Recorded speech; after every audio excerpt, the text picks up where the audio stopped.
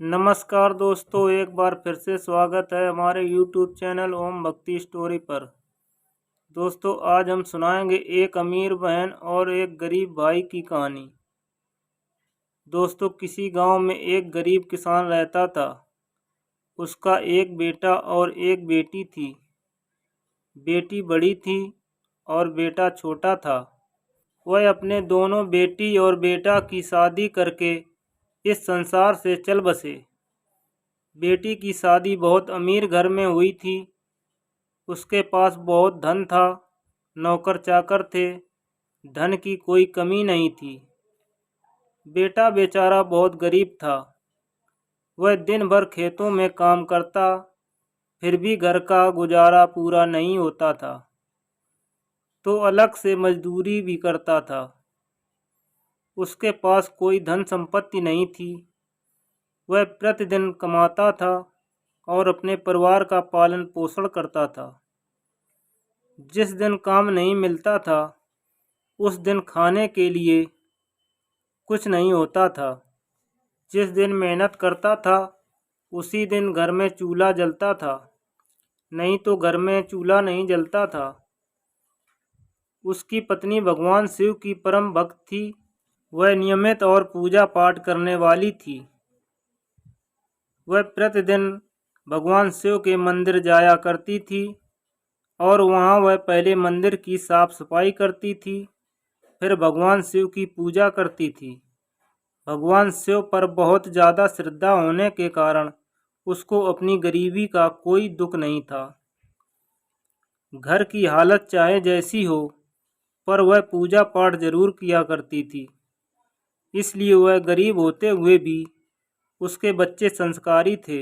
वह थोड़े में गुजारा करके अपने पति और बच्चों के साथ खुश थी। जो उसके पति की बहन थी, वह अमीर होने के कारण वह बहुत घमंडी थी। भाई की गरीबी के कारण उसके साथ रिश्ता रखने में उसे शर्मिंदगी महसूस होती थी। उसको लगता था कि मेरा भाई मेरे बराबर नहीं है। वह अपने भाई और उसके परिवार से मिलना भी नहीं पसंद करती थी। एक बार बहन की ननद की शादी थी। उसने अपने शादी में रिश्तेदारों को शादी के लिए आमंत्रित किया, लेकिन अपने भाई की गरीबी के कारण उसको नहीं बुलाया। भाई को जब इस शादी के बारे में किसी और से पता चला तो उसे अच्छा नहीं लगा, परंतु उसने अपनी पत्नी से झूठ बोल दिया कि मेरे बहन की ननद की शादी है, मुझे उसमें जाना है। तब उसकी पत्नी ने कहा, तुम्हारी बहन ने बुलावा तो भेजा नहीं है और ना कोई आमंत्रण आया है कि हमें निमंत्रण किया गया हो। तो उसके पति ने कहा, नहीं नहीं, मेरी बहन ने निमंत्रण भेजा है, इसलिए वहाँ जाना चाहिए। इस तरह अपनी पत्नी से झूठ बोलकर अपनी क्षमता अनुसार उससे जो भी संभव हो सका वह कपड़े और उपहार लेकर अपनी बहन के यहाँ चल पड़ा। जब वह अपनी बहन के ससुराल पहुँचा तो उस पर किसी की नज़र नहीं गई, परंतु जो उसकी घमंडी अमीर बहन थी, उसने उस खिड़की से देख लिया कि उसका भाई आया है कि उसे वह देखकर पीछे हट गई और सोचने लगी कि मैंने भाई को शादी में बुलाया ही नहीं, फिर भी आया है। उसे भाई को देखकर अच्छा नहीं लगा।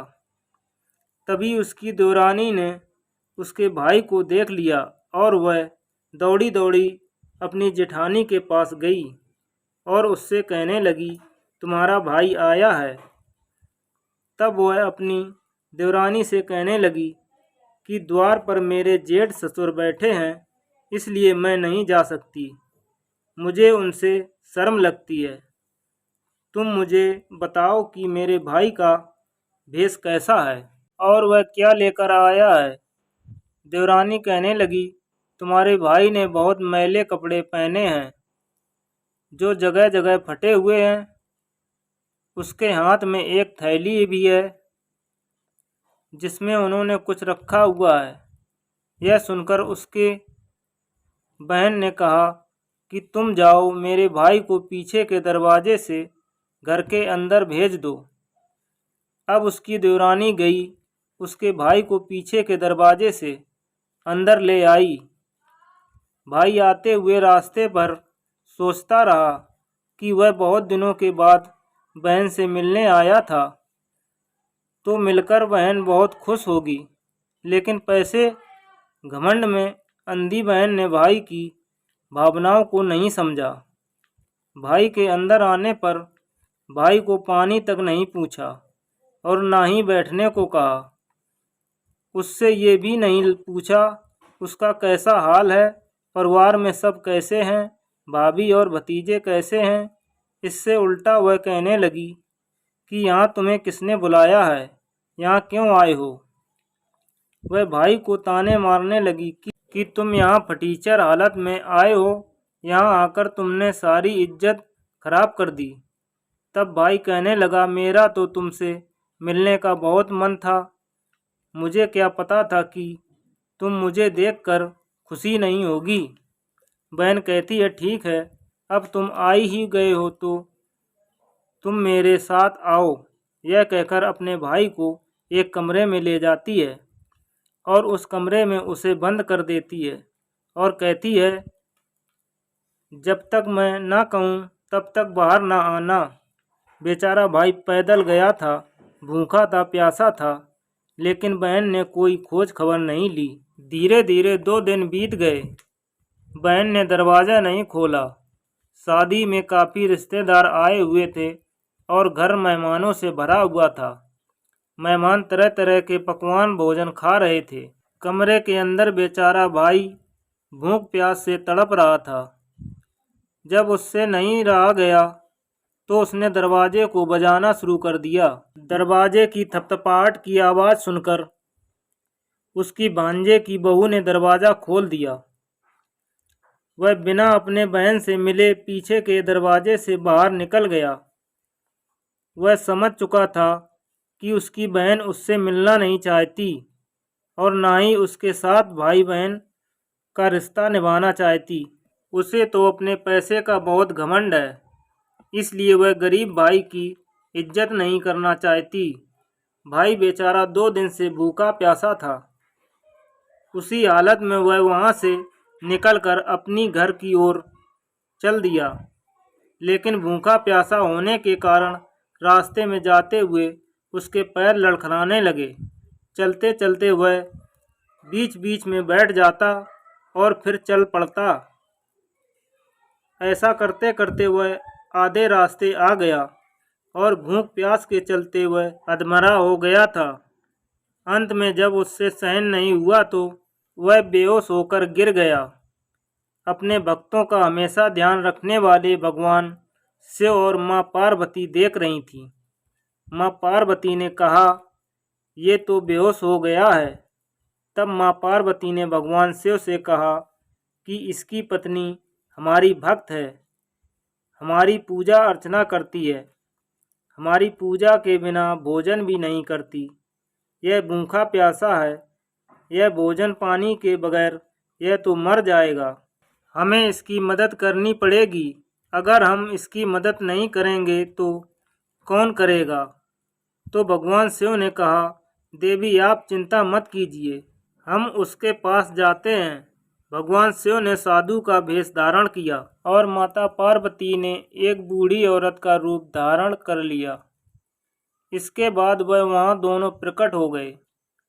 माता पार्वती ने उसका सिर अपनी गोद में ले लिया और बोली, बेटा आंखें खोलो। भगवान शिव और माता पार्वती की कृपा से उसकी बेहोशी एकदम खत्म हो गई और उसने आंखें खोल दी। जब उसकी आंख खुली तो उसने अपने पास एक बूढ़ी माँ को देखा। तो वह बूढ़ी माँ से कहने लगा कि आप कौन हैं। तब बूढ़ी माँ कहने लगी कि मैं इसी जंगल में रहती हूँ, मैंने तुम्हें गिरते हुए देखा तो मैं पास चली आई और उससे बोली, बताओ तुम्हें क्या परेशानी है। बूढ़ी माँ से इतना कहते ही वह बेचारा फूट फूट कर रोने लगा। माता पार्वती ने उससे पूछा, बेटा क्या हुआ, तुम क्यों रो रहे हो। तब वह माता से कहने लगा मैं अपनी बहन से बहुत प्यार करता हूँ। मेरी बहन की ननद की शादी थी। उसने मुझे शादी में नहीं बुलाया, लेकिन मैं भाई होने के नाते ज़रूरी समझा।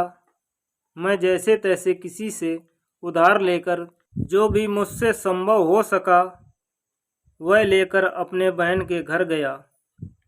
लेकिन मेरी बहन ने ऐसा व्यवहार किया, मैं किसी को बता भी नहीं सकता। इसके बाद सारी आप बीती उस बूढ़ी माँ को सुना दी। वह रोने लगा और कहने लगा, जब मैं घर जाऊंगा तो मेरे बीवी बच्चे पूछेंगे, आप शादी में गए थे, वहाँ से क्या लेकर आए हैं? तो मैं अपने बच्चों को क्या जवाब दूंगा? यह सोच सोच कर मेरी जान निकली जा रही है। यह सुनकर बूढ़ी माँ ने कहा, बेटा चिंता मत करो, थोड़ी दूर हमारे साथ चलो, वहाँ पर मेरा बगीचा है। बगीचे में तरबूज और ककड़ी लगे हुए हैं। तुम तरबूज और ककड़ी तोड़ लो और अपने थैले में भरकर अपने घर ले जाओ। तब वह बोला, माँ यह ठीक रहेगा। उस बूढ़ी औरत की बात मानकर उसने अपने थैले में तरबूज और ककड़ी तोड़कर रख लिए और घर की तरफ चल दिया। वह अपने घर पहुंचा तो उसके बीवी बच्चे भाग कर आते हैं। उसके बच्चे सोचते हैं कि जरूर पिताजी कोई अच्छी चीज़ लेकर आए हैं। उसका थैला भरा हुआ दिखाई दे रहा था। बुआ तो बहुत पैसे वाली है, इसलिए बुआ ने हमारे लिए ज़रूर कुछ अच्छे उपहार भेजे होंगे। वह वहाँ से बाहर चला जाता है। उसकी बीवी थैले को खोलती है तो देखती है इसमें एक खरबूजा और एक ककड़ी रखी है, जो कि बिल्कुल सोने की तरह दिखाई दे रही है। यह देखकर वह बहुत आश्चर्य में पड़ जाती है कि ननद ने बहुत ज़्यादा दे दिया। उससे अपने भाई का दुख और गरीबी देखा नहीं गया होगा, इसलिए ननद ने इतना ज़्यादा दे दिया है। बहू जब खरबूजे काटने लगी तो वह क्या देखती है कि तरबूज में बीज की जगह हीरे मोती चमक रहे थे। जब उसका पति घर आया तब वह उससे कहने लगी कि यह दीदी ने क्या दे दिया है। उसका पति यह सोचकर सरपटा गया कि अब उसकी पत्नी कहेगी कि शादी में तो लड्डू पेड़ा बर्फी जैसी चीज़ें मिलती हैं, तुम यह हीरे और तरबूज लेकर आए हो। वह कहने लगा, ऐसा क्या दिया है, मैंने तो देखा नहीं। तब वह बोली कि ज़रूर दीदी को तुम पर दया आ गई होगी। देखो उन्होंने हमारे लिए कितना धन भेजा है। इतना धन भेजने की क्या ज़रूरत थी? ज़रूर उनसे अपने भाई और भतीजे का दुख नहीं देखा गया होगा। हमारी ननद कितनी अच्छी है, उन्होंने हमारी गरीबी दूर कर दी। इस तरह से वह बहुत पैसे वाले बन गए। अब काफ़ी दिन हो गए थे। उस गरीब भाई ने यह राज अपनी पत्नी को नहीं बताया, तो पत्नी को तो यही पता था कि हम ननद की वजह से पैसे वाले हुए हैं। उधर उसकी ननद तो अमीरी के घमंड में चूर थी। उसने कभी यह जानने की कोशिश नहीं की मेरा भाई बिना मिले भूखा प्यासा यहाँ से गया है, वह कैसी हालत में होगा, उससे तो उसे कोई लेना देना नहीं था। उधर भाई पत्नी उस पर जोर देकर कहने लगी कि जब हमारी दीदी ने हमारे लिए इतना किया है तो तुम्हारी बहन जब इतना तुम्हें चाहती है तो तुम जाओ और कुछ दिनों के लिए यहाँ लेकर आ जाओ। वह भी कुछ दिनों अपने मायके घूम जाएगी। तब उसका भाई कहने लगा कि ठीक है, मैं उसे लेने जाऊंगा। अब भाई के पास काफ़ी पैसे थे। वह अच्छे कपड़े पहनकर तैयार हुआ, बहन के लिए अच्छे अच्छे उपहार खरीदे और अपनी बहन की ससुराल की तरफ चल दिया। जब वह अपनी बहन के घर पहुंचा तो फिर उसकी देवरानी ने उसे देखा और वह भागकर अपनी बहन के पास गई और अपनी जेठानी से कहने लगी, दीदी तुम्हारा भाई आया है। तो वह घमंडी बहन कहने लगी मेरा भाई आया है तो किस भेष में आया है? उसकी देवरानी कहने लगी, तुम्हारा भाई तो रेशमी वस्त्र पहने हुए है और काफ़ी सारे उपहार लेकर आया है। तब वह कहने लगी कि दरवाजे पर मेरे जेठ ससुर बैठे हुए हैं, इसलिए अपने भाई से मिलने मैं ही जाऊंगी। वह दरवाजे पर जाती है और भैया भैया कहकर अपने भाई को घर के अंदर ले जाती है और उसका आदर सत्कार करती है। यह देखकर उसका भाई सोचने लगा कि बहन में कितना बदलाव आ गया है। जब मेरे पास कुछ नहीं था तब बहन ने मुझे पानी तक नहीं पूछा। आज मेरे पास धन दौलत है तो मेरी कितनी खातिरदारी की है। लेकिन उसने वह सब मन में रखा। वह बहन से बोला, बहन तेरी भाभी जिद कर रही है और कुछ दिनों के लिए तुझे बुला रही है। तब बहन बोली, हाँ भाई, मुझे भी अपने मायके गए बहुत दिन हो गए हैं, मैं भी चलने के लिए तैयार हूँ। वह मायके जाने के लिए तैयारी करने लगी। जब घमंडी बहन अपने भाई के घर आती है तो अपने भाई का घर परिवार और उसकी शान और शौकत देखकर उसकी आंखें फटी की फटी रह जाती हैं। उसकी भाभी उसका बहुत आदर सत्कार करती है, बहुत सेवा करती है, क्योंकि उसे तो यही लगता है कि अपनी ननद की वजह से ही अमीर हुई हूँ। और उसके दुख के दिन बीत गए हैं। बहू तो इसका सारा श्रेय अपनी ननद को ही देती है। वह तो यह मानती है कि मेरी इस ननद ने हमारी मदद की है, इसी ने हमें सोने के तरबूज और हीरे मोती भेजे हैं। अगर मेरी नंद धन नहीं भेजती तो हम लोग ऐसे ही गरीब रहते। यह सोचकर अब वह अपनी ननद की हर मुराद पूरी करती है। उसकी नंद कहती है, मुझे यह साड़ी खरीदनी है, मुझे यह लेना है। जो भी वह फरमाइश करती है उसे वही दिला देती है और बहुत खुश होती है कि चलो मैं अपनी ननद की फरमाइश पूरी कर रही हूँ।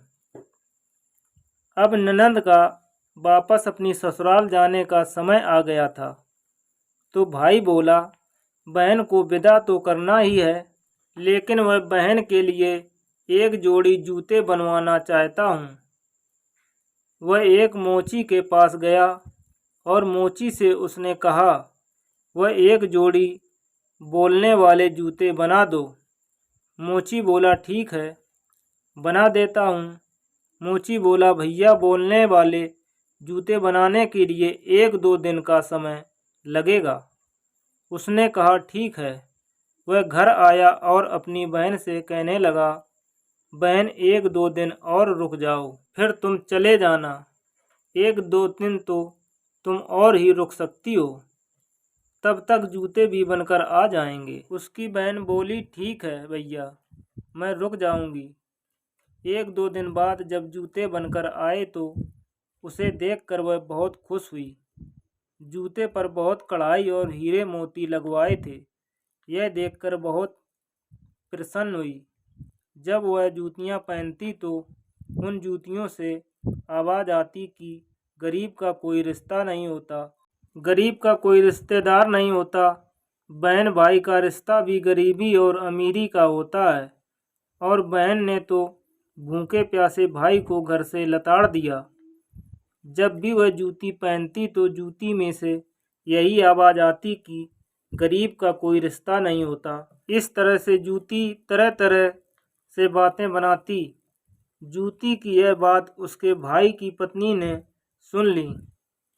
वह अपने पति से कहने लगी कि यह जूती क्या कह रही हैं, मेरी तो कुछ भी समझ में नहीं आ रहा है। तब उसका पति कहने लगा, यह तो जूती है, जैसे मोची ने बना दी वैसे बन गईं, लेकिन यह क्या कह रही हैं मुझे नहीं पता।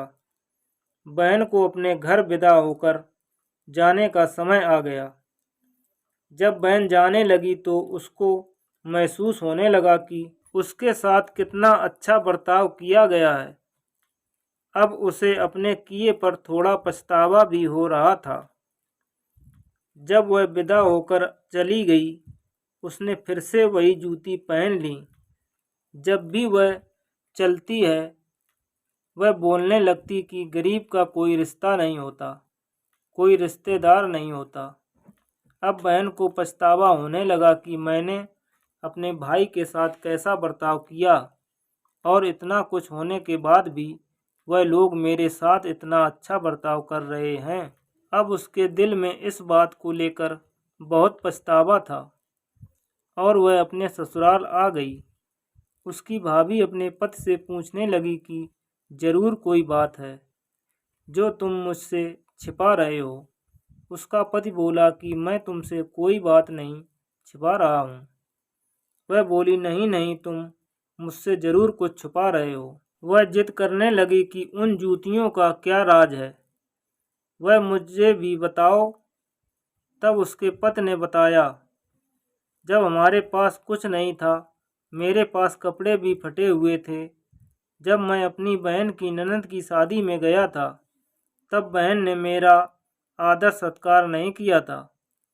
मेरी बहन ने एक गिलास पानी भी नहीं पूछा था और मुझे कमरे में बंद कर दिया। मैं 2 दिन तक भूखा प्यासा बना रहा। इसके बाद मेरे भांजे की बहू ने कमरा खोला। मैं वहाँ से निकल कर भाग गया। वहाँ से निकलने के बाद मेरे मन में बार बार यही बात आ रही थी कि गरीब अमीर का कोई रिश्ता नहीं होता, चाहे वह भाई और बहन ही क्यों ना हो। वहाँ से निकलकर जब वह चलता हुआ जंगल में पहुँचा, वहाँ बेहोश होकर गिर पड़ा।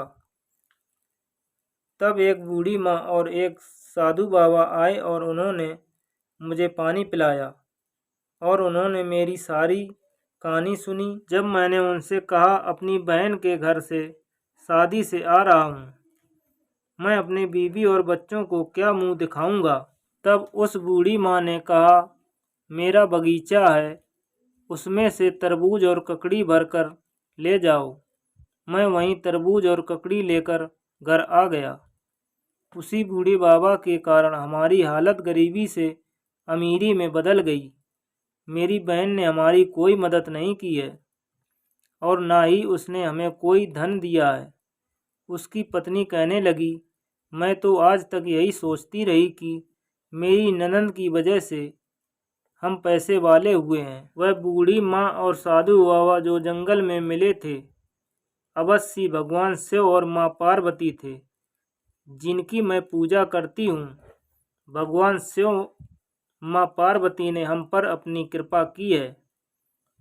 उनके कारण ही हम गरीब से अमीर हुए हैं। तब उसका पति कहने लगा, तुम ठीक कह रही हो, लेकिन फिर भी अपने मन से बैर मत रखो। वैसे तो अपनी बहन की वजह से ही हम पैसे वाले हुए हैं। अगर वह मुझे घर से बाहर ना निकालती, मेरा निरादर ना करती और मुझे भूखा ना रखती, तो मैं उसके ससुराल से नहीं भागता। तब हम पर भगवान शिव और माँ पार्वती की कृपा न होती। किसी न किसी रूप में जुड़ा हुआ तो मेरी बहन से ही है। उसी की वजह से हम पैसे वाले हुए हैं। वह अपनी पत्नी को समझाने लगा और कहने लगा, मेरी बहन के प्रति तुम अपने मन में दुर्व्यवहार मत रखना। उसके साथ ऐसा बर्ताव मत करना कि उसे महसूस हो कि उसने मेरे साथ जैसा किया, हमने भी उसके साथ वैसा किया। तब पत्नी कहने लगी, आप चिंता मत कीजिए, ऐसा कभी नहीं होगा। भगवान ने हमें इतना दिया है जिससे हम दूसरों की भी मदद कर सकें, लेकिन अपने गरीबी के दिन भूले नहीं हैं। अगर बहन ने ऐसा किया है तो वह उनकी सोच है। हम हमेशा उनका आदर सत्कार करेंगे। वह जब भी अपने मायके आएंगी, जब वो कहेंगी, हम हमेशा वही उपहार देंगी। उसी दिन के बाद भगवान शिव, माँ पार्वती के प्रति श्रद्धा और विश्वास बहुत ज़्यादा बढ़ गया और वह उनकी भक्ति में लीन रहने लगी। उसको समझ आ गया कि मनुष्य को भगवान पर विश्वास रखकर धैर्य धारण करना चाहिए। भगवान स्वयं अपने भक्तों का ध्यान रखते हैं और उनके कष्टों का निवारण भी करते हैं। भगवान अपने भक्तों को कभी अकेला नहीं छोड़ते। जय हो भगवान शिव की, जय हो माता पार्वती की। दोस्तों, आपको ये वीडियो पसंद आया हो तो प्लीज़ हमारे चैनल को लाइक करें, सब्सक्राइब करें और शेयर करें। धन्यवाद।